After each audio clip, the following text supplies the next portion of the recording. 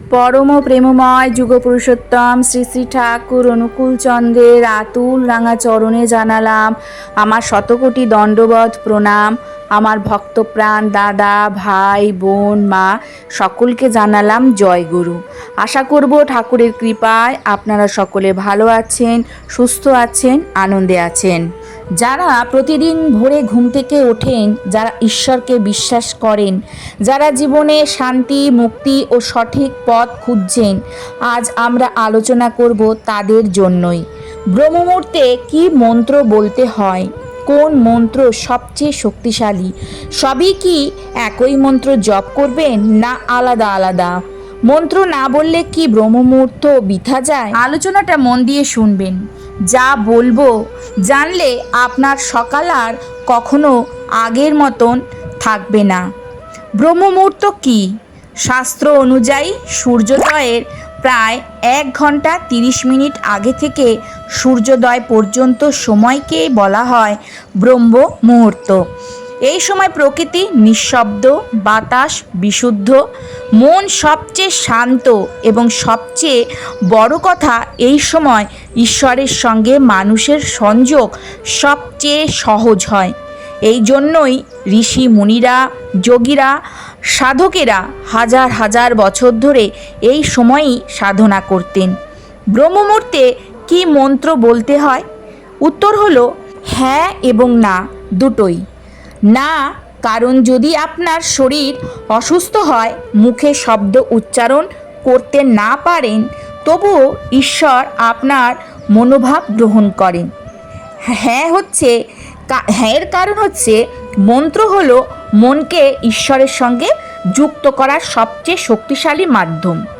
শাস্ত্রে বলা হয়েছে মন্নাথ ত্রায়তে ইতি মন্ত্র, অর্থাৎ যা জপ করলে মন শুদ্ধ হয় এবং আত্মাকে রক্ষা করে, তাই মন্ত্র।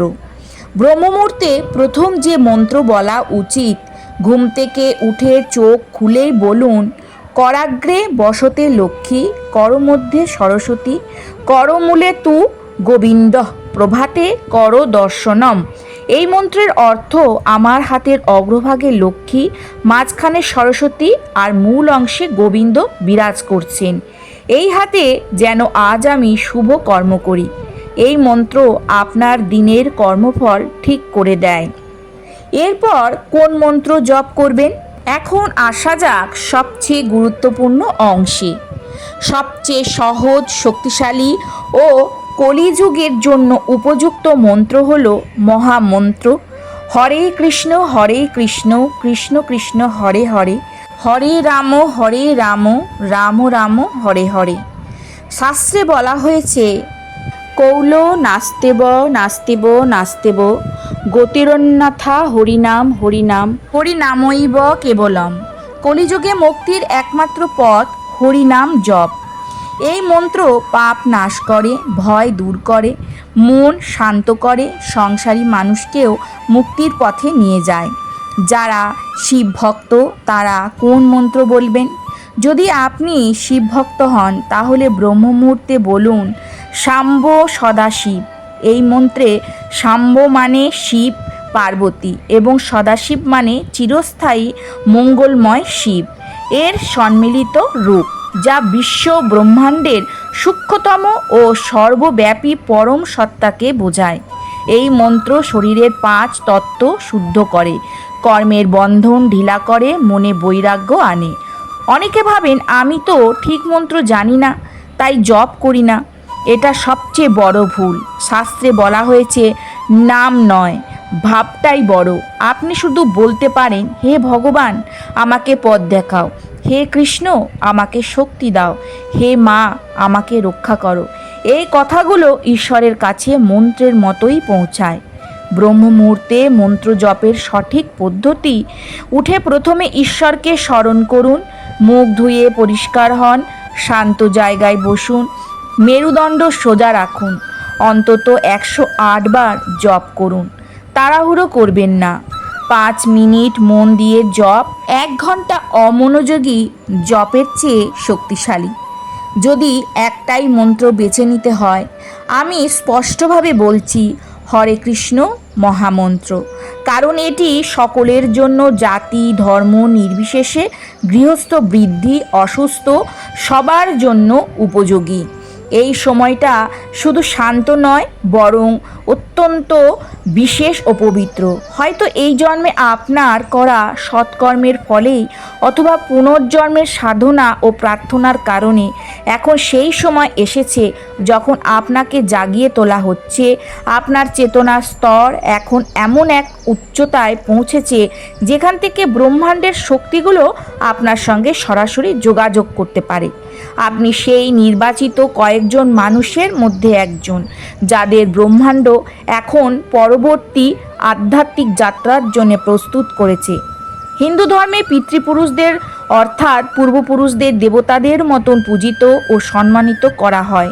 যদিও তারা এখন আর এই পৃথিবীতে নেই, তবুও তারা সূক্ষ্মরূপে তাদের পরিবার পরিজনের সঙ্গে যুক্ত থাকেন। ব্রহ্ম মুহূর্ত হলো সেই সময় যখন ভূত জগৎ এবং সূক্ষ্ম জগতের মাঝে থাকা দেওয়ালটি সবচেয়ে পাতলা হয়ে যায়। এই সময়টাই এমন যখন আপনার পূর্বপুরুষরা আপনার সঙ্গে সহজে যোগাযোগ করতে পারেন। যদি নিয়মিতভাবে আপনার ঘুম রাত 3টে থেকে 5টার মধ্যে ভেঙে যায়, তাহলে এটা একটা ইঙ্গিত হতে পারে যে আপনার পিতৃপুরুষরা আপনাকে কিছু বলতে চাইছেন। সম্ভবত তারা কোনো কষ্টের মধ্যে আছেন এবং মোক্ষের জন্য আপনার কাছে প্রার্থনা করছেন, অথবা তারা কোনো বড় আনন্দের খবর আপনাকে দিতে চাইছেন, কিংবা আপনাকে ভবিষ্যতের কোনো সংকট সম্পর্কে সতর্ক করতে এসেছেন। আবার অনেক সময় তারা শুধুই আপনাকে আশীর্বাদ দিতে আসেন, এই বার্তা দিতে যে আমরা সব সময় তোমার সঙ্গে আছি। প্রতি রাতে এই জাগরণ আপনার আর আপনার পূর্বপুরুষদের মধ্যে একটি সেতু তৈরি করে ফেলেছে। তাই পরের বার যখন আপনি রাতের এই সময় জেগে উঠবেন, আপনি একা নন। একটি অদৃশ্য শক্তি প্রতিক্ষণ আপনার সঙ্গে আছে। তৃতীয় রহস্য, যখন আপনার ইষ্টদেব এবং ব্রহ্মাণ্ড নিজে আপনাকে জাগিয়ে তোলে। আপনার ইষ্টদেবের আহ্বান, প্রত্যেক আত্মারই একজন ইষ্টদেব থাকে, এক বিশেষ দেবী বা দেবতা যার সঙ্গে সেই আত্মার গভীর সম্পর্ক থাকে। সম্ভবত আপনি জীবনের ব্যস্ততায় আপনার ইষ্টদেবকে সময় দিতে ভুলে গিয়েছেন, কিন্তু আপনার আত্মা তা ভুলে যায়নি। যখন আপনি ব্রহ্ম মুহূর্তে জেগে ওঠেন, তা কেবল কাকতালীয় নয়, এটা হতে পারে আপনার ইষ্টদেবেরই আহ্বান। আপনার ইষ্টদেব আপনাকে স্মরণ করিয়ে দিচ্ছেন, আমি এখানেই আছি, আমি তোমার অপেক্ষায় আছি, এসো আমার সঙ্গে কথা বলো, আপনার মন খুলে আমার সামনে প্রকাশ করো। ব্রহ্ম মুহূর্তটাই এমন এক বিশেষ শেষ মুহূর্ত যখন আপনার প্রার্থনা কোনো বাধা ছাড়াই সরাসরি আপনার ইষ্টদেবের কাছে পৌঁছে যায়। দিনের বেলায় শতবার পুজো করার যে ফল হয়, সে একই ফল পাওয়া যায় এই সময়ে একবারের সত্যিকারের আহ্বান থেকে। পরমাত্মা এই দিব্য নীরবতার মুহূর্তে আপনার সঙ্গে কথা বলতে চান, তাই তিনি আপনাকে প্রতি রাতে এই বিশেষ সময় জাগিয়ে তোলেন। আপনার শরীর ও ব্রহ্মাণ্ড একে অপরের সঙ্গে গভীরভাবে সংযুক্ত। আমাদের শরীর শুধু মাংস ও হাড় দিয়ে তৈরি নয়, এটি গঠিত হয়েছে পঞ্চতত্ত্বে, পৃথিবী, জল, আগুন, বায়ু ও আকাশ দিয়ে। এই শরীর ও ব্রহ্মাণ্ডের মধ্যে গভীর সংযোগ অনুভব করা মানে হলো নিজেকে খুঁজে পাওয়া। এবার প্রশ্ন হলো, এই সংকেত বুঝে কী করা উচিত? যখন পরের বার রাত 3টে থেকে 5টার মধ্যে আপনার ঘুম ভেঙে যাবে, তখন এটিকে অসুবিধা বা বাধা মনে করবেন না, বরং এটিকে একটি আশীর্বাদ মনে করবেন। এমন সৌভাগ্য যা লক্ষ লক্ষ মানুষের মধ্যে কেবল একজনেরই হয়। কি করা উচিত? ঘুম ভাঙার সঙ্গে সঙ্গে মনেই সেই দিব্য শক্তিকে ধন্যবাদ জানান যে আপনাকে জাগিয়েছে। শান্তভাবে উঠে হাত পা এবং মুখ ঠান্ডা জল দিয়ে ধুয়ে নিন। এতে আপনার ভেতরকার ঘুমও ভেঙে যাবে এবং আপনি হালকা ও সতেজ অনুভব করবেন। এরপর কয়েক মিনিট চুপচাপ বসে থাকুন। চাইলে মনে মনে প্রার্থনা করতে পারেন, অথবা শুধু সেই নীরবতাকেই শুনুন, কারণ সেই নীরবতার মধ্যেই লুকোনো আছে সেই বার্তা যা আপনার জন্য পাঠানো হয়েছে। মনে রাখুন, এই সময় ঘুম ভাঙা কোনো সাধারণ ঘটনা নয়, বরং এটি আপনাকে জাগ্রত করবার প্রচেষ্টা। ব্রহ্মাণ্ড, আপনার ইষ্টদেব, পূর্বপুরুষ এবং আপনার নিজস্ব শরীর সবাই আপনাকে বলছে, এখন ওঠো, সময় এসেছে। শান্তভাবে বসুন, চোখ বন্ধ করুন, পিঠ সোজা রাখুন এবং ধীরে ধীরে শ্বাস নেওয়া ও ছাড়ার প্রতি মনোযোগ দিন। অনুভব করুন যে শ্বাস আপনি নিচ্ছেন তা সাধারণ বাতাস নয়, এটি হলো ব্রাহ্ম মুহূর্তের পবিত্র শক্তি যা আপনার পুরো শরীরকে শুদ্ধ করছে। যখন আপনি শ্বাস ছাড়ছেন তখন আপনার সমস্ত চিন্তা, দুশ্চিন্তা এবং নেতিবাচকতা শরীর থেকে বেরিয়ে যাচ্ছে। কয়েক মিনিট এই নীরবতায় ও শান্তিতে বসে থাকুন। এই সময় ব্রহ্মাণ্ড আপনার সঙ্গে কথা বলতে চায়, শুধু মনোযোগ দিয়ে শুনে যান। হতে পারে কোনো ভালো চিন্তা আপনার মনে আসবে বা সেই উত্তর আপনি পেয়ে যাবেন যা আপনি অনেক দিন ধরেই হয়তো খুঁজছিলেন। চাইলে আপনার ইষ্টদেবের ধ্যান করতে পারেন অথবা ধীর স্বরে মন্ত্রের জপ করতে পারেন। এই ধ্বনি সরাসরি ব্রহ্মাণ্ডের শক্তির সঙ্গে যুক্ত হয় এবং আপনার চিন্তাকে পরিষ্কার, শান্ত করে তোলে। আপনি আপনার পূর্বপুরুষদেরও স্মরণ করতে পারেন এবং মনে মনে প্রার্থনা করতে পারেন, হে আমার পূর্বপুরুষগণ, আপনাকে প্রণাম জানাই। অনুগ্রহ করে আমাদের উপর আপনার আশীর্বাদ বজায় রাখুন। যদি কোনো ভুল করে থাকি তাহলে আমাকে অবশ্যই ক্ষমা করুন। শুরুর দিকে আপনার মন অস্থির ও বিচলিত হতে পারে বা আবার ঘুম এসে যেতে পারে, কিন্তু হাল ছাড়বেন না। ধীরে ধীরে আপনি এই সময়টাকে ভালোবাসতে শুরু করবেন। এই সেই মুহূর্ত যখন আপনি নিজেকে এবং ব্রহ্মাণ্ডকে সত্যিকারের অনুভব করতে পারবেন। আপনার মন ও শরীর এখন ধীরে ধীরে এই বিশেষ সময়ের জন্য প্রস্তুত হতে শুরু করবে। এটি আপনার আত্মার পিপাসা যা এখন জেগে উঠেছে। যখন আপনি প্রতি রাতে এই অভ্যাসটি অনুসরণ করবেন, আপনি নিজের জীবনে চমৎকার পরিবর্তন দেখতে পাবেন।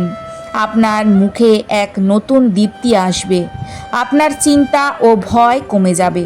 ব্রহ্ম মুহূর্তে মন্ত্র জপ মানে ঈশ্বরকে বলা, আজ আমি তোমার সঙ্গেই দিন শুরু করতে চাই। যে মানুষ দিনের শুরু ঈশ্বর দিয়ে করে তার দিন কখনো অন্ধকার হয় না। আজকের আলোচনা এখানেই শেষ করলাম। আশা করব আজকের আলোচনা আপনাদের ভালো লাগবে।